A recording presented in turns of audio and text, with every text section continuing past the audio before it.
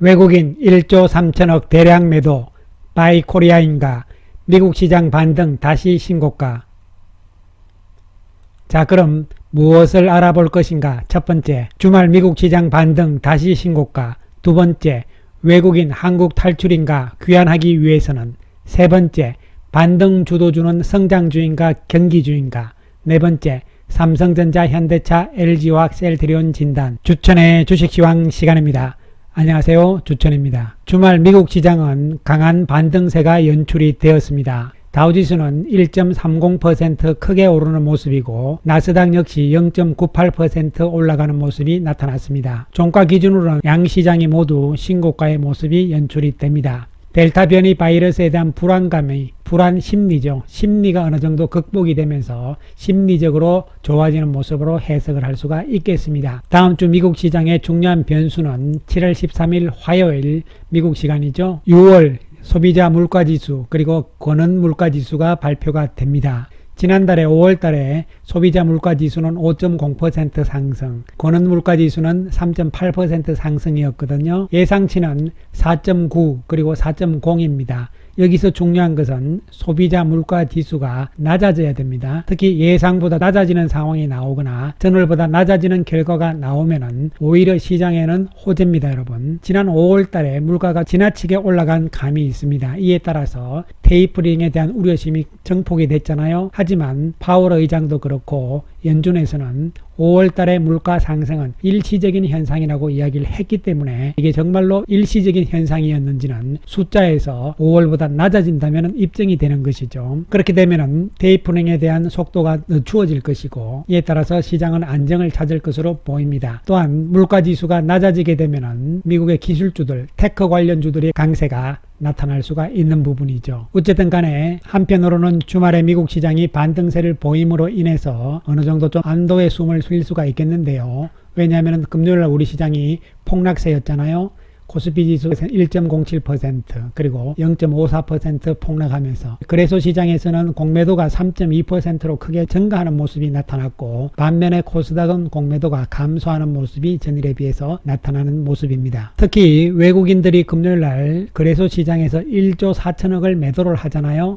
코스닥에서는 693억 매수 우위를 보인 반면에 따라서 거래소 시장의 외국인들 매도 공세 이러한 부분들은 이미 목요일자 영상에서도 말씀을 드렸듯이 아직까지는 외국인들 돈이 들어오기는 힘든 상황이라는 말씀을 미리 드린 바가 있습니다. 목요일자 영상을 안 보신 분들은 한번 봐주시기 바라겠습니다. 따라서 거래소 시장의 1조 3천억의 매도, 특히 삼성전자가 4,111억이잖아요. 그리고 SK하이닉스가 1,372억이 됩니다. 외국인들의 절반의 매도가 삼성전자와 SK하이닉스였죠. 반도체 경 실적이 좋다고 나옴에도 불구하고 외국인들의 매도는 지속되고 있는 상황입니다. 그리고 네이버, KB금융, NC소프트, 포스코, 현대차, LG와 카카오, 셀트리온 등 대부분의 성장주 맥락군들을 외국인들이 매도하는 모습이고 반면에 SK텔레콤, 두산중공업, 삼성 SDI, SK이노베이션 등을 매수를 합니다. 삼성 SDI, SK이노베이션은 2차전지 쪽이죠. 한편 이번 한 주 전체를 살펴보게 되면 외국인들이 이번 한 주 7월 5일부터 7월 9일까지 거래소 시장에서 무려 3조 2,900억을 매도를 합니다.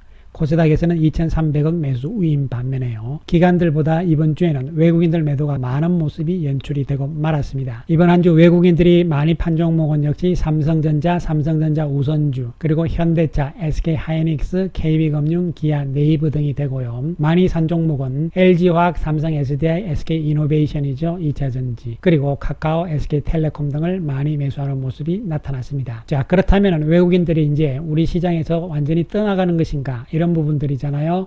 이 부분에 대해서 한번 살펴보기로 하면은 최근까지 사실적으로 외국인들이 우리나라 시장 그리고 대만, 동남아 쪽에서는 매도가 지속되고 있는 상황인 것은 분명합니다. 반면에 매수하는 쪽은 인도와 자원국가들이잖아요. 자원국가들은 여기 나와 있듯이요. 그래서 최근에 이러한 외국인들의 모습을 보인 이유는 뭡니까, 여러분? 그렇죠. 백신 효과로 인해서 경제 정상화가 이루어지고 이에 따라서 원자재 가격이 올라간다 이런 측면이었기 때문에 외국인들이 원자재와 관련된 국가들이죠. 자원국가들 그리고 인도 쪽에 매수를 많이 하는 모습이 연출이 된 것이죠.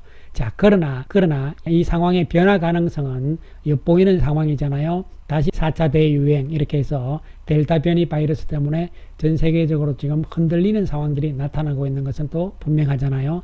따라서 외국인들의 지금까지의 움직임 형태가 지속되기보다는 이제는 변화될 가능성이 있다는 측면에서 접근을 할 수가 있겠습니다. 그러면은 금요일날 외국인들이 거래소에서 1조 3천억 매도한 것은 무엇이냐? 이것은 액티브 자금이라기보다는 패시브 자금의 성격이 강하다고 볼 수가 있는 것이죠. 그럼 우리 시장으로 외국인들이 돌아올 수 있는가? 돌아오기 위해서는 어떤 조건을 갖춰야 되느냐? 이런 부분들인데요. 두 가지 측면으로 볼 수가 있겠습니다. 첫 번째는 우리나라의 외국인들 수급 상황들은 글로벌 테크, 즉 기술주 쪽에 펀드 쪽에 돈이 들어오게 되면은 우리나라 시장으로 외국인들도 들어온다는 이야기가 되는 것이죠. 특히 2017년 이후에 살펴보게 되면은 iShare는 다 아시죠? 세계 최대의 자산 운용사인 블랙락이 운용하는 것이고요. MSCI 한국 ETF와 그리고 글로벌 테크 관련주들의 ETF의 계좌 수의 움직임을 살펴보게 되면은 거의 같은 방향으로 움직인다는 것이죠. 이에 따라서 결국은 테크주, 기술주 쪽의 움직임이 중요한 상황이 될 수가 있겠는데요.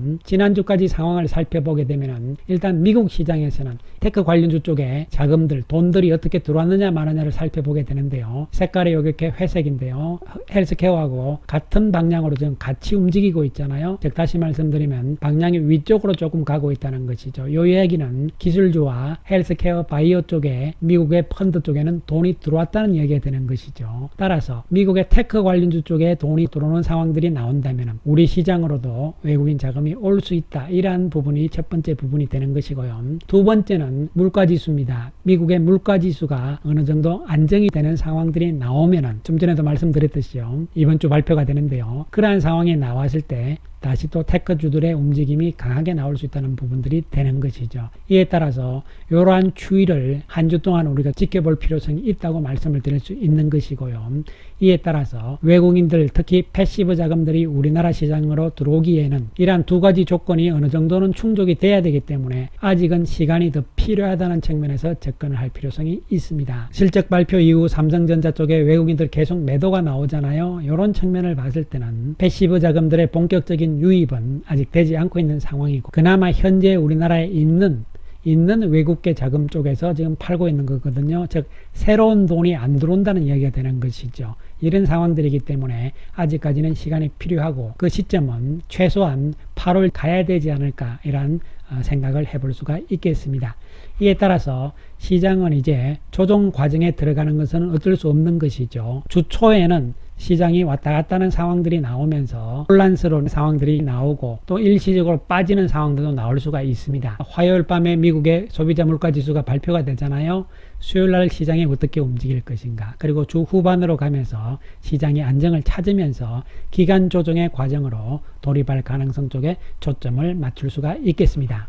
그렇게 된다면 우리 시장의 반등은 어떻게 연출이 될 것이냐 이런 부분들인데요. 지금 실적 시즌이기 때문에 실적 발표 이런 부분들이 상당히 중요한 상황이긴 합니다. 그리고 또 한 가지는 3분기는 그럼 어떻게 될 것이냐가 중요한 부분이 되는 것이죠. 특히 영업이익 전가율이 떨어지고 있다 이런 이야기잖아요. 그런데 이것은 어쩔 수 없는 것이 작년하고 비교를 하니까요. 작년 2분기가 영업이익이 괜찮았잖아요. 특히 1분기는 작년에 워낙 안 좋았기 때문에 1분기 영업이익의 전가율은 크게 높아진 상황인 것은 분명하죠. 그러나 2분기 영업이익은 작년에 비교를 하는 거기 때문에 원래 조금 증가를 했지만 이것이 80% 정도 증가에 불과하다. 그래서 증가율이 줄었다 이런 이야기를 하는데요. 물론 그런 부분들이 심리적으로 일시적인 악재인 것은 분명할 수가 있겠지만 그러나 전체적인 영업이익 규모는 줄지가 않았다는 것이죠. 그리고 3분기 4분기 역시 같은 개념으로 접근을 해야 된다는 것이죠. 3분기에 대한 우려심과 기대감 이런 것들이 지금 공존을 하는 상황이거든요.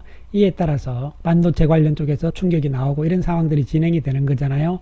그러나 이것은 실적 어닝 시즌의 초입 단계이기 때문에 이런 상태가 나타날 수밖에 없는 것이다 이렇게 보는 것이죠. 따라서 결론적으로 결국은 실적이 계속적으로 좋아지는 종목 쪽에 우리는 초점을 맞출 수밖에 없다는 측면이 되는 것이죠. 특히 시장 내면적으로 이 반등의 주역 누가 반등을 선도를 해나갈 것인가가 중요한 부분이 되는 것이잖아요. 기존의 선도주였던 카카오가 다시 그래도 살아나면서 시장을 일으켜 세우는 역할을 해줄 것이냐, 그렇지 않으면 카카오는 별로 안 움직이면서 그동안 많이 빠졌던 경기 관련주 쪽에서 반등을 해줄 것이냐, 이런 부분인데요. 조정 과정이 짧아지기 위해서는 카카오가 다시 강력하게 치고 나가야 된다고 보는 것이죠. 왜냐하면 매기가 한쪽으로 집중되는 상황들이 나오면서 시장이 집중력이 생겨야 되는 것이거든요.